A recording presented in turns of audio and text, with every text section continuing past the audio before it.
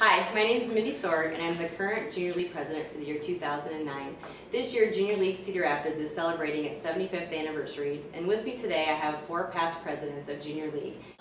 Kay Beatty, President during the 1970s, Rhonda Hill, President during the 1980s, Nancy Evans, President during the 1990s, and Lydia Brown in the early 2000s.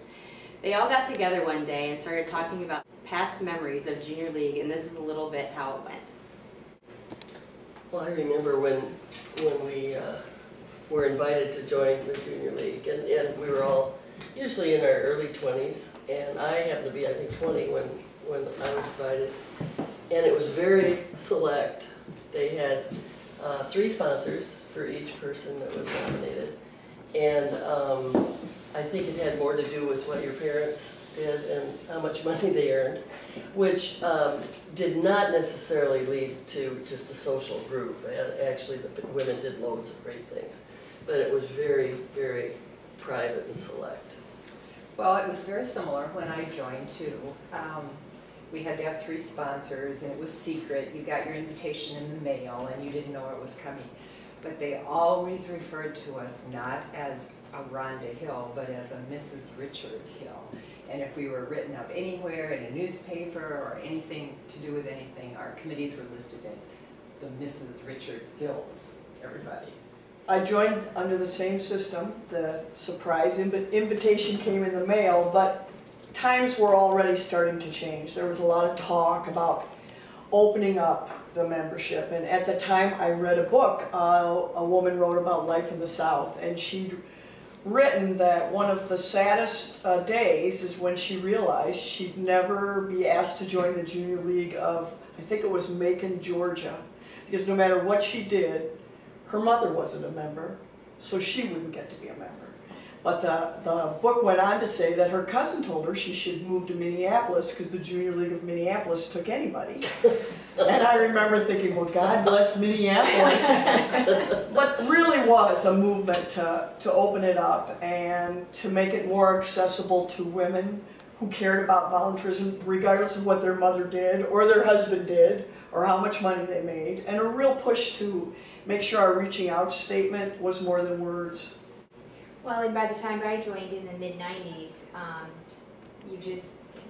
you indicated that you wanted to join, and they were in fact looking to recruit members, and if you had a spirit of volunteerism or philanthropic intentions, people wanted you to join, and we would go out and search. Could you yourself actually call someone to join? You know, you could. You didn't have to have a sponsor.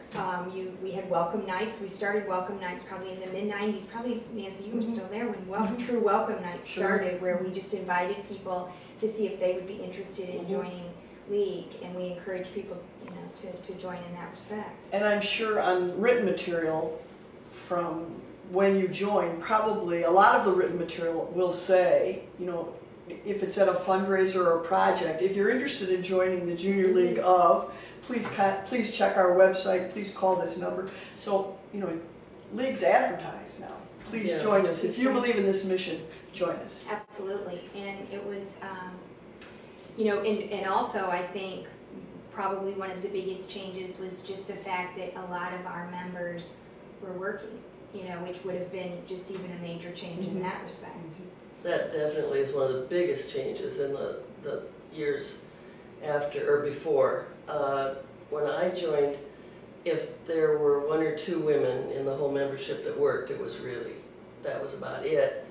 And we didn't have an office in those days either.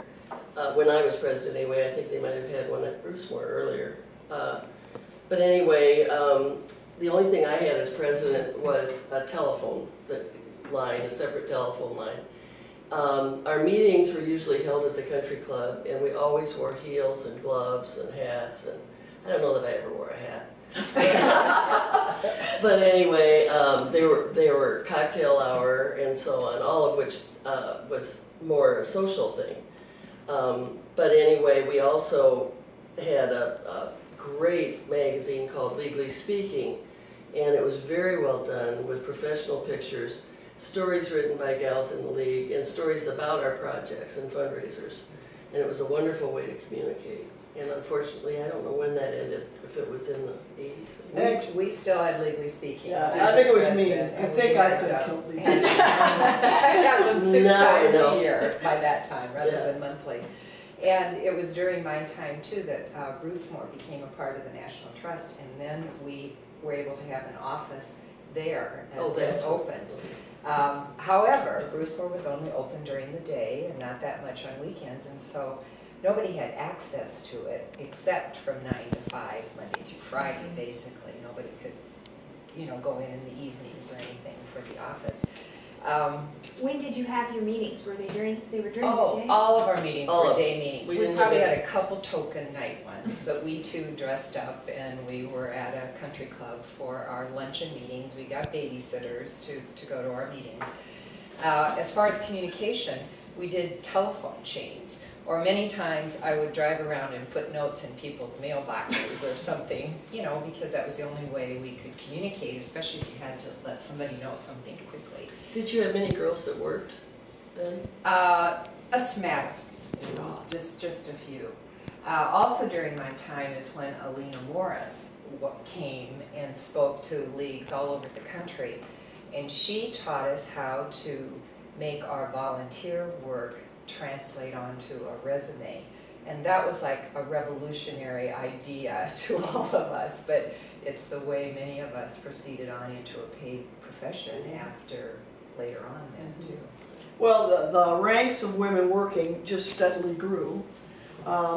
Lots of great stay-at-home moms, or lots of people that worked outside the home and are taking time off to raise kids, but a steadily group of people that joined the league and did have either full or part-time jobs. And when I was president, I had the first executive committee, which was then the officers, where every one of us worked outside the home, so we had all our meetings at night. And the league really did start, and in some cases we would have two meetings. I mean, you'd have a day meeting and a night meeting, but we were clearly transitioning to more night meetings than day meetings because you'd have to. We did talk about how times change, and I think Legally Speaking was a great publication, but it was pricey. It was expensive to put on, and we went to sort of more of an at-home, do-inside communications piece. But there are people that to this day, of course, miss Legally Speaking. What I remember is there'd be a fashion shot, and I know I had a good shot of Rhonda in the fashion shot, modeling something. For Armstrongs and Killians, we would model for them all the time. I did one with my basset hound, Gertrude. She kind of took the show. The other thing I remember is that the association passed a rule that no league would meet in a facility that discriminated. And at the time, it certainly was an implication around race in particular. But the Cedar Rapids Country Club did not allow women to become members, widows of members. They didn't kick them out, they could stay, but you couldn't be a female and just join. So that was discrimination, and so we ceased meeting at the Cedar Rapids Country Club for that reason. And I should probably point out quickly that now the Cedar Rapids Country Club lets women join, Yes. but at the time they didn't. So that was a big change. And so every month people would say, well, where's the meeting? But it was also a cool opportunity because it was a chance to get out in the community and have meetings in different locations. When I joined, we were still in that method of meetings. We met at Mercy, and we met at St. Luke's, and we met at Co, and we met all over the place. And we had an office at the Madge Phillips Center. After the Madge Phillips Center opened, we had our office in the basement off an alley in the Madge Phillips Center, which was, while the Madge Phillips Center certainly was our major project for us, the alley behind it really wasn't a great place for an office. So we'd been there for a few years, and we had the opportunity to move into the Four Oaks facility on First Avenue, and we were able to get an office in there, which we still currently have. And we were able to move into there as well as they have a large meeting facility, and so we started holding all of our meetings there. And they even have a boardroom, and so we could hold our board meetings there, which was really a novel concept because we've been bouncing around, and you know, we had people show up at the wrong facility on occasion. They thought the meeting was at this place and it ended up being at that. So that was kind of